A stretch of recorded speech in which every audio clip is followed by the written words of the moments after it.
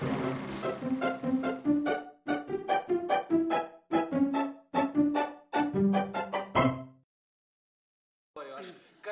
birželio mėnesį atvykstu į kaimą ir ten praleidžiu visą vasarą. Mano diena prasideda, kai išgirstu čiulbant paukštelių. Plius ir aš einu prie upės ir žvejoju. Aš esu užkietėjęs žvejys ir man...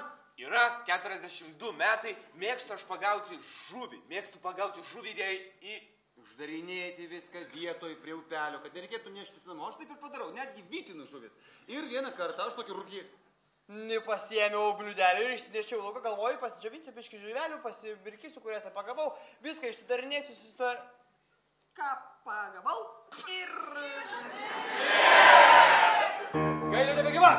Ir dalinsiu su kaimynas. Ir tai ne kaimynas Petras, labai mes turim įtemptus santykius su juo, kadangi jis yra gamtosaugininkas. Jisai visą laiką labai akilai stebi, ką galima žvejoti ir ko negalima, ten mėnesius kalendorius tikrina viską, jisai užsirašinėja labai toks preciziškas Triukas mūsų, taip sako apie jį.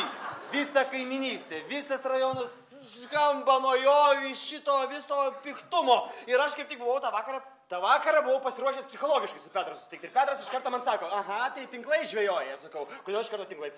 Aš ne tinklais, aš su meškerė dugny. Dugninė sako, vasara, ką tu man pasakoji? Dugninė, štai, ir dar žiobrį ištraukė. Sako, žiobrys per didelį.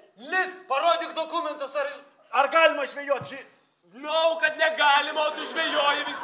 Tiek toksai įkyrus reiškia. Jis atsirado, kad jisai žvejoja tos paprasčiausius muilikus. Žodžiu, sako viskas. Arba tu man duodi 2 kg žuvies, arba aš tave skundžiu ir tavo visas žuvystės verslas uždarytas. Supratai? Mane ar ne, nes aš žinok, pakviesiu dar rimtesnių vyručių. Gerai, sakau, ir aš iš karto, tai buvo mano planas, duoti jam kyšį ir aš galvoju, duosiu 2 daugiau negu prašo. Daviau 4 kg ir Skaisai paėmė gobšuolis.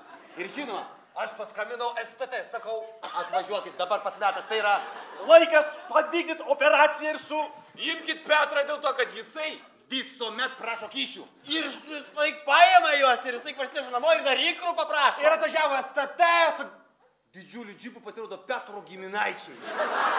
Bet čia ir buvo man visiškas fiasko. Aš supratau, kad absoliučiai nesuprantu kaimiečių gyvenimo. Ir daugiau nuo to laiko į kaimą Jeigu kvieti STT, būk įstikinęs, kad Petras su to neturi nieko bendro. Kaimas bankrutavo. Ačiū.